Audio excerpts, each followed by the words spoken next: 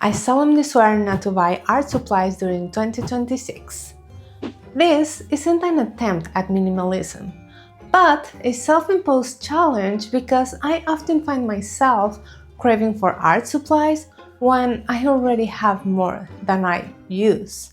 I love researching techniques, paint reviews, and experimenting mediums. But along the way, I began hoarding supplies instead. So that's what I aim to change during the following 12 months. Here's my current supplies. There are 9 different mediums: charcoal, ink, lots of watercolors, and so on. A bunch of colors and varieties.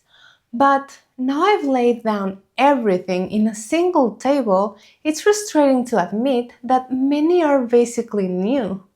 Today, I'll be doing several studies of this mandarin to show myself and you that I have enough supplies. Now, every challenge needs to have some rules. Here are mine.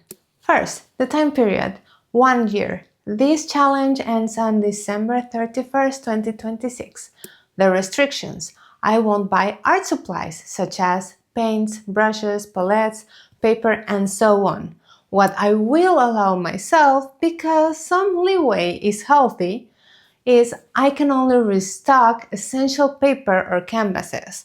I can buy a sketchbook only if I fill out the ones I have right now.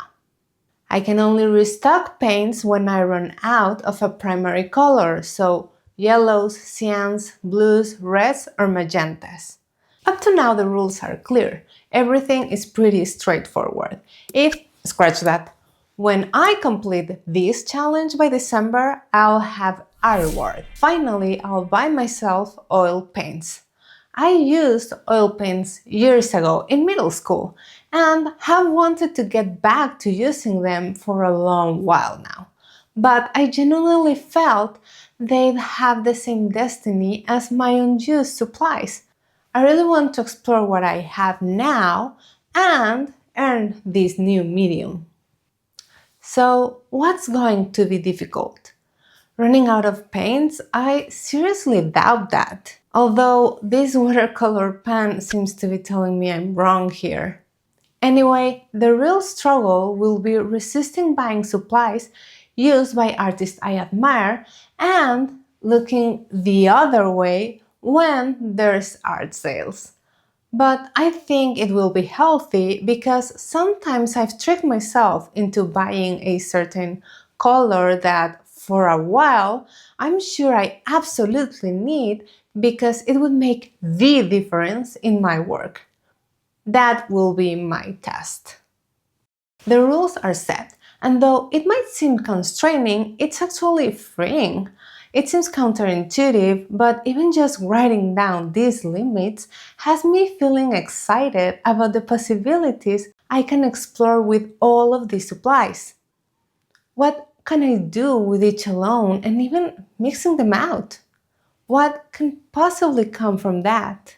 My hope is that this challenge gives me the push to create without wondering what I lack, that I'll get to know and understand the potential of the material I currently own and explore how I relate to each medium. I'm taking this as an opportunity to stop focusing on the material I might need to work better and to focus instead in the present. What can I do today within these walls with these resources?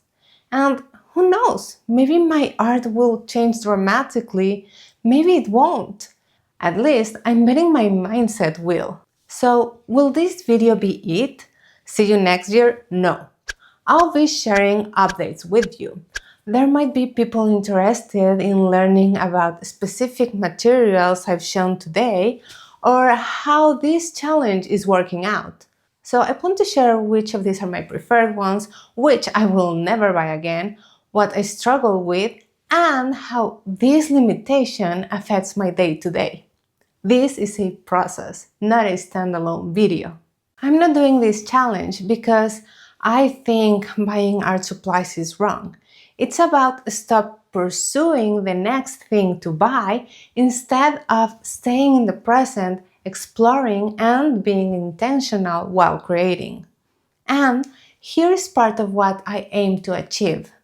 See, I did all these studies using and mixing only 4 out of 9 mediums I have, so the possibilities are endless. I really look forward to sharing with you how this process comes along. If you enjoyed watching this video, maybe you'll enjoy this watercolor practice. I hope to see you in the next one.